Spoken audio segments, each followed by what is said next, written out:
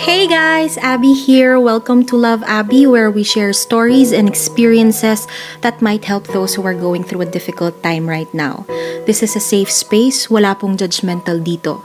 And everything that we say here is meant to help and not to offend. I know that many of us might be going through many difficult things, and though our stories may be different, we share the same lessons. So sino-sino pa bang magtutulungan kundi tayo-tayo lang din? The world needs a lot more love and a lot more people helping each other in the stormy seasons of our lives. So let's make the world a better place, one story at a time. Many of you have requested to make a video like this, so here it is. And I know iba-iba tayo ng versions of success. So before we begin, let us first ask ourselves, what does success look like to us? If it is something we base off of others' achievements and success, then maybe unconsciously it is not success that we're after. We just want to be better than the other person. Wanting the success that others have means you're chasing after their success, not your own. No, the truth is that person's success can never be ours, just like our success is ours alone. We don't have to worry about anyone else having it. And now that we have established this, let us take a look at the things to remember and the mindset to practice in striving for success. Sometimes we think of success as something that we can only achieve after a long time. 'Di ba sinasabi natin, balang araw magiging successful din ako. Pero bakit balang araw pa? Bakit hindi pwedeng ngayon na? Ba't di pwedeng bukas o mamaya? 'Di ba?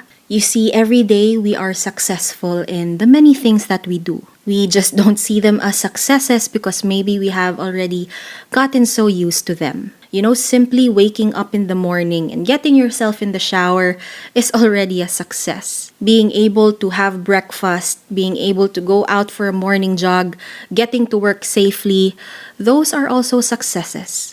You see, these simple things are little successes that ultimately lead up to that great big success or goal that we have in mind. Minsan kasi nape-pressure tayo whenever we think of that big goal, that big success. You know, we get pressured na, everything has to happen right away. But when you break it down and, think of every step that you take as little successes, then, that success won't seem too far away. Minsan lang we take those little successes for granted because we are too focused on that grand goal. But also, of course, I'm not saying that focusing on that grand goal is a bad thing. Of course not. I'm just saying that we shouldn't forget that our journey is just as important as our destination. Without those little successes, you won't get to where you want to be. So don't take anything for granted. Be thankful for every single moment. And be patient with yourself because you can't learn everything all at once and you won't always get things right all of the time, and that's okay. That makes room for improvement. And be patient with the people around you too because, we're all fighting our own battles and we are all going at our own pace in life too. And also be patient with your situation. You know what they say? Rome wasn't built in a day, and great things take time. It will take a lot of patience and a whole lot of effort. So, appreciate where you are now until you get to your ultimate goal.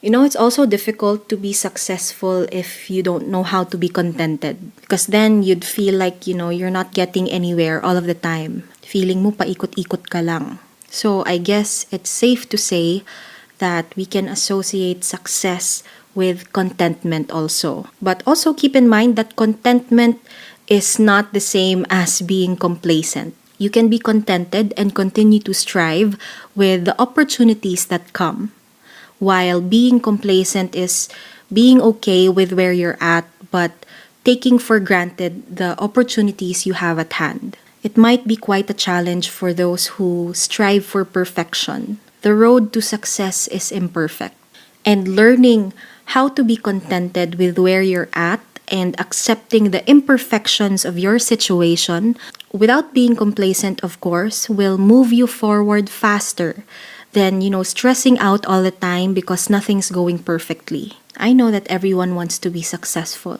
'di ba? I don't think I know of anyone na ayaw maging successful.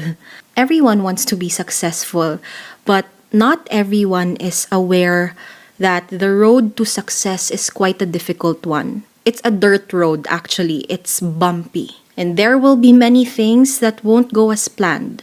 Many things that won't go your way. And sometimes we see that as failure. Some of us actually see failure as the opposite of success. But it's not. Failures are actually a part of success. You know, you won't see a success story without a failure story. Pansinin niyo, we always mention the word success after accomplishing something difficult. 'Di ba? For example, after taking a long and difficult exam, sinasabi natin, success, natapos ko. 'Di ba? Success is also being able to endure the hardships and get through the challenges that we meet along the way. And in the process, we learn from them. You're not ready for success if you're not ready to fail. On your journey to success, your perseverance will get tested. The road to success is very imperfect, like I said, and until you reconcile with that fact, your journey will always seem stressful, and it will all boil down to how badly you wanted to fight for it. And also, be kind. You know, if you have to step on other people just to be successful, I'll tell you where you've become successful. You've become successful in being greedy. You know, the road to success isn't a racetrack. There is no competition. Success is for everyone, and everyone can be successful at once. So there's really no use trampling on others just to satisfy that greed for success. And besides, we will always need the help of other people, whether it's direct help or learning from them. No man is an island, ika nga, di ba? Another thing that I want to stress on, aside from being kind, is to be humble. It's going to be very difficult to be successful if you don't practice humility. It's difficult to do anything in life if you don't practice humility, for that matter. If we want to be fulfilled by our success, it is important to remember that we won't be the best at everything all the time. We won't always know everything all the time. And it takes a great amount of humility to know that. Only then will we be able to make room to learn and grow. My dad always tells me this, and I'd like to share it with you. Sabi niya, if you want to be successful, always remember these 3 things: humility, perseverance, and gratitude. But above all these, even if we have different opinions about success and how to be successful, I think we can all agree that our secret weapon in becoming successful is our faith in God and His guidance. The reason why we are able to work hard and persevere, the reason why we even think about being successful, is all because of God's grace. Without it, nothing will prosper. Without Him, we are nothing. So in everything that we do, always involve God. As long as it pleases Him and is for His greater glory, you can be sure of that success. And we may not all be where we want to be yet, but it doesn't mean that we can't appreciate where we are at the moment. Kayang-kaya natin to, di ba? And I pray that our journey to success will always be filled with God's graces. And if you're going through a difficult time right now, I'm here to remind you that storms don't last forever. Love, Abby. If you have a story that you would like to share with us, please don't be shy to send us a message in one of the platforms below.